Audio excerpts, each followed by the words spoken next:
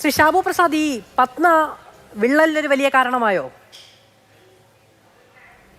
കാരണമായിട്ടുണ്ടാകാം, തീർച്ചയായിട്ടും. അതിൻ്റെ അകത്തൊരു വലിയ അതൊരു റീസൺ തന്നെയായിരിക്കും. അതിൻ്റെ ഒരു ഇമ്മീഡിയറ്റ് റെസ്പോൺസ് ആയിട്ട് ആദ്യം വന്ന ഒരു തീരുമാനം ഇതാണ്. ഇപ്പോഴുണ്ടായ ഈ തീരുമാനത്തിന്റെ കാരണം ഈ വെള്ളാപ്പള്ളി നടേശന് കിട്ടിയ കാര്യം, അങ്ങനെ ഒരു ഈഴവൻ നായരുടെ മേളിൽ കയറി കളിക്കുന്നോ എന്ന ആ ഒരു ധാർഷ്ട്യത്തിന്റെ പുറത്തു തന്നെ ഉണ്ടായ ഒരു തീരുമാനം തന്നെയാണിത്. ഇല്ലെങ്കിൽ ഇപ്പൊ എന്താ ഈ പറയുന്നത്? എന്തിനാ തുഷാർ വെള്ളാപ്പള്ളി അയക്കുന്നത്? അയാൾ NDA നേതാവല്ലേ? എന്താ എൻ മകനെ പോലെ സ്വീകരിക്കും എന്ന് പറഞ്ഞപ്പം ഈ മനുഷ്യൻ അറിയില്ലായിരുന്നോ? തുഷാർ വെള്ളാപ്പള്ളി ഇദ്ദേഹത്തിന്റെ അവരുടെ വെള്ളാപ്പള്ളി നടേശന്റെ മകൻ മാത്രമല്ല, അദ്ദേഹം NDAയുടെ ഭാഗമാണ്, NDAയുടെ നേതാവാണ്. പ്രധാനമന്ത്രി വരുമ്പോൾ കാണാറുണ്ട്. ഈ ബന്ധമുണ്ടെന്നുള്ളത് ഈ പെട്ടെന്ന് അങ്ങോട്ട് ഉണ്ടായി, ഇന്നലെ ഒരു ദിവസം ഉണ്ടായ സംഭവമൊന്നും അല്ലല്ലോ അത്. അപ്പൊ അതിന്റെ കാരണമേ ഉള്ളൂ പച്ചയായ അസൂയ, കുശുമ്പ്. ഇതൊക്കെ ഇത്രയേ ഉള്ളൂ എൻ്റെ മാധു. മാനസികമായിട്ട് യാതൊരു വളർച്ചയോ അല്ലെങ്കിൽ ആ ഒരു സംസ്കാരമോ പറയാൻ പറ്റില്ല. NSS ജനറൽ സെക്രട്ടറി എന്ന പൊസിഷനെ കുറിച്ച് മാത്രമുള്ള പരാമർശങ്ങൾ ദയവ് ചെയ്ത്. അല്ലല്ല, ഞാനതാ പറഞ്ഞത്. NSS ജനറൽ സെക്രട്ടറി എന്ന് പറയുന്ന പൊസിഷനെ പറ്റി പറയുമ്പോൾ ആ പൊസിഷനിൽ ഇരിക്കുന്ന വ്യക്തിയെ പറ്റി നമുക്ക് പറയേണ്ടി വരുമെന്ന്.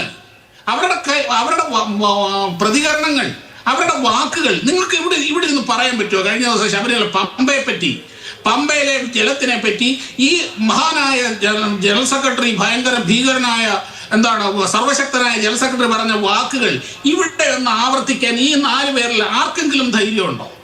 പറ്റുമോ? പബ്ലിക്കായിട്ട് മാധ്യമങ്ങളുടെ മുമ്പിൽ പറഞ്ഞത് അത്ര സംസ്കാര ശൂന്യരാണ് ഇവര്.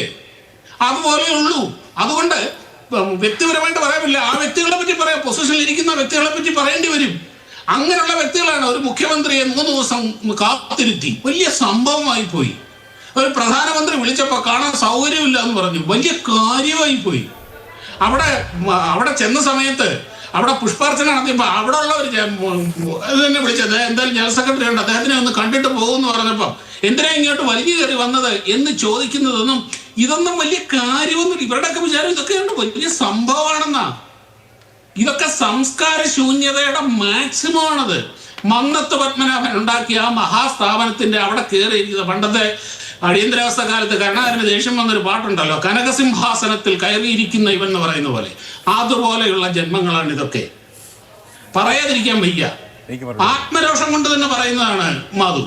അത് ശരിയോ തെറ്റോ അതൊക്കെ ഓരോരുത്തരുടെ സാമുദായിക നേതൃത്വങ്ങൾ, രാഷ്ട്രീയക്കാർ അങ്ങനെ വലിഞ്ഞു കയറി വരേണ്ടതില്ല എന്ന തീരുമാനമെടുക്കുന്നത് ജനാധിപത്യത്തിന് ഭൂഷണമാണെന്നാണ് ഞാൻ വിചാരിക്കുന്നത്. അങ്ങോട്ടും ഇങ്ങോട്ടുമുള്ള കൊടുക്കൽ വാങ്ങലുകൾ എത്രത്തോളം ഇല്ലാതാകുന്നു, കൊടുക്കൽ വാങ്ങലുകൾ രണ്ടുമാണ് ഞാൻ പറയുന്നത്, എത്രത്തോളം ഇല്ലാതാകുന്നുമോ അത്രത്തോളം നല്ലതെന്ന് വ്യക്തിപരമായി വിചാരിക്കുന്ന ഒരാളാണ് ഞാൻ.